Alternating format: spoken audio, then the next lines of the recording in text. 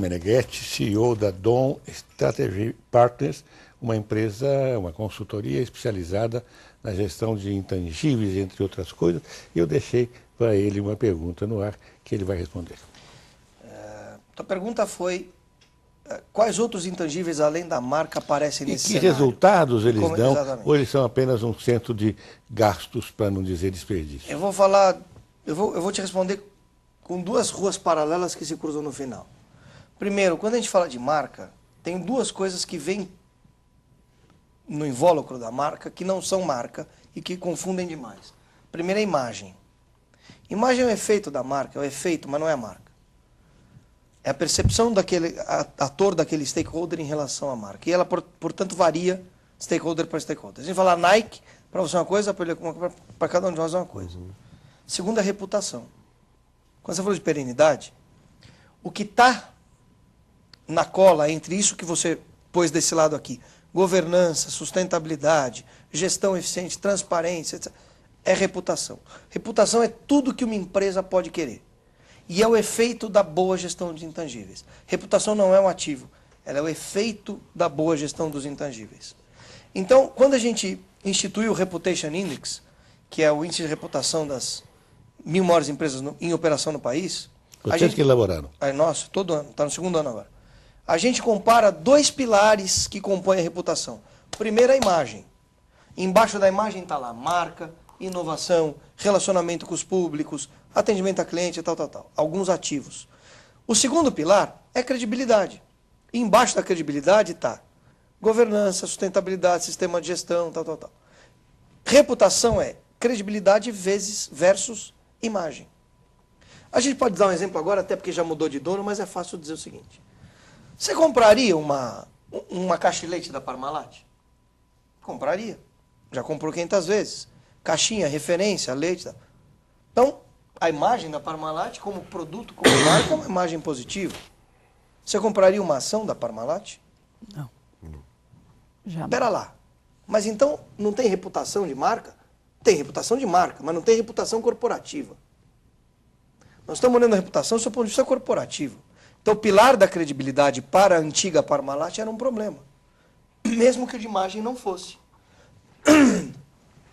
Esses ativos que você colocou aqui na tua pergunta são os ativos mais duros, menos sexys, são igualmente importantes. E muitos deles estão associados a multas, a compliance, a regulamentação, a normativas nacionais e internacionais.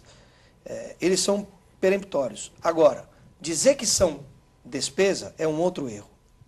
E aí é a segunda rua paralela que se cruza lá no final. Quantos por cento mais ou menos do orçamento de uma operadora de telefonia, Claro, Oi, Vivo, de um Pão de Açúcar Extra Walmart, Carrefour, de um Itaú, Bradesco, Santander, quantos por cento do orçamento desses caras está em 3 áreas só? Marketing, TI e RH. Bastante. Hoje, bastante. 60%, 70%, 80%? Tem bastante. Empresa de serviços, só tem gente... E inteligência. Inteligência. Ora, se 60%, 70%, 50%, X% do orçamento dessas empresas está nessas áreas, que resultado essas áreas dão? Me dá um resultado.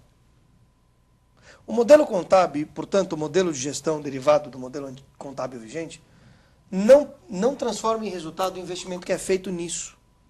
Em marca, na área de marketing, em treinamento e capacitação na área de RH, em infraestrutura, em tecnologia, ou em governança, ou em sustentabilidade. Descriciona como despesa. E aí vem o X da questão dos intangíveis.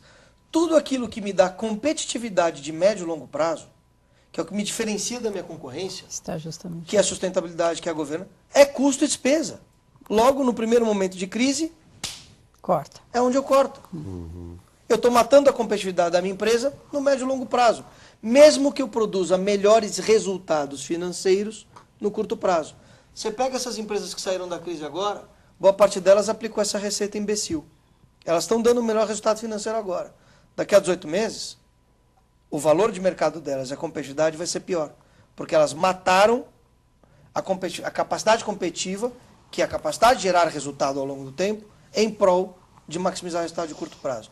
Porque as pessoas não separam com clareza a diferença de financeiro e econômico. Deixa eu fazer uma pergunta então para você, neste ponto da nossa conversa. Esse Brasil novo que emergiu depois da crise, descobriu que tem uma classe E e C e D que estão ascendendo e que não querem voltar para trás de jeito nenhum.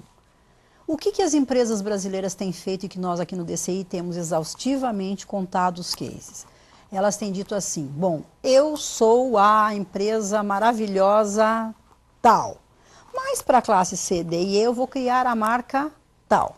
Talzinho, às vezes. Talzinha, talzona, tarará. E eu queria que você me dissesse isso, porque, por exemplo, meu produto no Nordeste, no Sul chama azeite, blá, blá, blá, no Nordeste chama outra coisa. Então, isso me parece que, dentro de toda essa colocação que você fez, ou é igual jabuticaba que só dá no Brasil, e o Brasil está fazendo de novo uma jabuticaba de 2 marcas. Como é que você vê isso? Porque, olha, eu tenho visto supermercado, tem o extra e tem o extra fácil.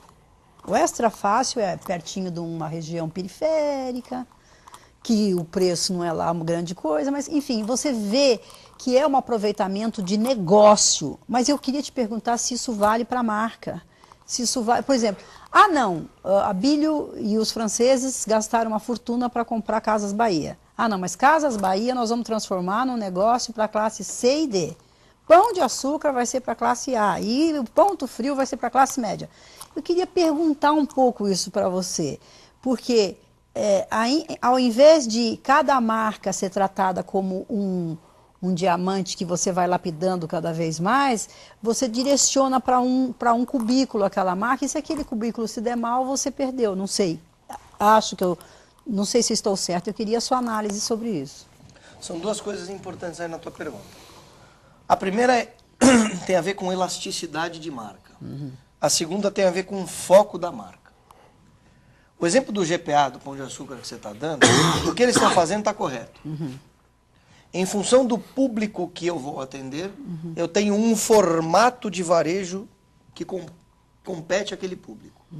Por quê? Porque o meu mix de produtos e o meu modelo de serviço vai estar adequado à expectativa, capacidade, interesse e paciência daquele público. Isso é formato. Então o formato sim tem que ser absolutamente adequado. Agora, quando você vai para o primeiro item, que é a elasticidade da marca, proposta de valor, aí complica. Porque eu estou vendo isso. Que não é o caso do GPA, porque aí é uma questão de formato. É o caso de alguns produtos onde, o do azeite que você citou, o mesmo azeite que atende a classe A, vai atender a classe C só mudando de nome. Essas estratégias nunca funcionam. Porque a proposta de valor que serve para uma classe e que está por trás daquela marca precisa ter absoluto fit com aquilo lá, diferentemente da outra classe. Então, é razoável você pensar em outra marca, mas com uma proposta de valor diferente e específica, atributos diferentes. Não pode ser o mesmo azeite com rótulos diferentes. Tem que ser azeites diferentes, com propostas de valor diferentes. Então, no caso da construção civil, por exemplo, a marca Cirela é para a classe alto padrão e a marca B da Cirela é para Minha Casa Minha Vida. É isso que está... Se a estrutura produtiva for diferente... É diferente. Se o resultado dos prédios ou das construções for diferente, se os atributos para a classe A forem perceptíveis, diferentes, está correto. Se for um aproveitamento do macarrão do jantar no almoço, em algum momento não se sustenta. Agora eu queria ver com você o seguinte, como é que está a visão, por exemplo, hoje do empresário, levando em consideração toda essa mudança, por exemplo, de classes sociais que estão ocorrendo no Brasil. Ou seja, um aumento da classe C, a classe C indo para B, a B engrossando um pouco a E indo para D. Como é que está isso daí estrategicamente falando, Daniel? Está todo mundo numa panaceia por criar formas, modelos e também produtos e marcas para atender essas classes. Mas já tem muita gente estabelecida. E aí uma coisa que a gente costuma dizer é o seguinte, atender classe social tem a ver com chassi, com cultura corporativa. Casas Bahia, como você citou, tem cultura corporativa e chassi operacional acostumado a atender esse público. A Daslu não tem. Então, se a Daslu quiser começar a atender classe C de hoje para amanhã, além de frustrar os clientes que ela já atende, porque é uma questão de foco, ela vai ter que penar muito para desenvolver um chassi. Chassi é modelo de operação, modelo de crédito, modelo de atendimento, canais, né? Um chassi competente para atender a classe CD.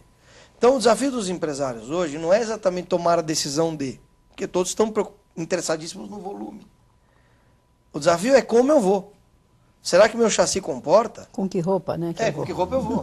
Será que meu chassi comporta? Será que eu estou preparado? Será que eu tenho cultura? Será que eu estou instrumentalizado para atender esses caras? Então, esse é um grande desafio. Daniel, eu vou te fazer uma última pergunta.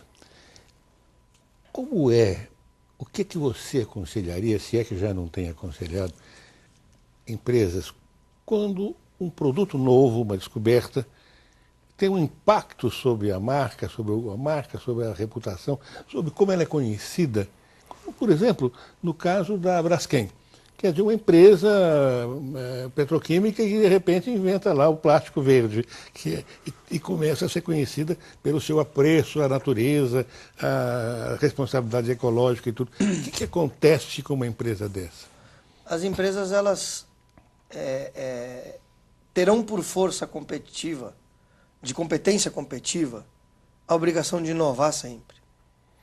Inovar tem esses dois tipos, né? Eu inovo naquilo que eu faço, e faço diferente do que eu já faço, ou então eu tenho uma ruptura e vou para um caminho que eu não esperava. Aliás, grande parte das inovações que nós temos hoje no dia a dia foram descobertas que eram para alguma coisa e caíram para outra. Coca-Cola era remédio e virou refrigerante, quer dizer, são usos diferentes do que não se imaginava. Esse caso da Braskem é bárbaro, porque ela é uma indústria... petroquímica. Petroquímica, DNA petroquímica. E vai fazer com da todo cana. o peso que isso significa, peso de imagem e tal. E criou um produto bárbaro com O que eu costumo dizer é o seguinte: o chassi Braskem, que está acostumado a vender o que eles vendiam, não vai ser um chassi adequado a vender este novo produto, o chassi corporativo. Eles vão precisar modelar uma operação, e já estão fazendo isso, que tem as características que este produto demanda, como infraestrutura produtiva, operacional, etc., etc., para que eles tenham competência de comercializar esse produto. Isso pode continuar embaixo da mesma marca, pode virar uma empresa à parte, isso é menos importante. O mais importante é conseguir entregar com consistência e com volume, porque senão a inovação vira uma coisa de arroubo. Fiz, é bárbaro, mas eu não consigo dar sequência comercial, porque meu chassi não está orientado a entregar. Então, o desafio é de gestão. E aí tem duas grandes capacidades. A primeira é de continuar gerando inovação. Qual vai ser o próximo plástico verde na Braskem? E o segundo é sistematizar a inovação gerada para que ela traga resultados. Porque senão ela vai ser uma grande ideia que vai estar na vitrine, mas que não traz resultado. A Braskem certamente tem competência e está tendo competência para transformar uma inovação em linha de oferta. Daniel, muito obrigado a você pela aula que você está dando aqui para nós e para os nossos telespectadores. Sucesso na sua criativa e complexa tarefa, missão. Obrigado a Márcio, obrigado ao Milton e obrigado, sobretudo, ao nosso telespectador e até a próxima semana.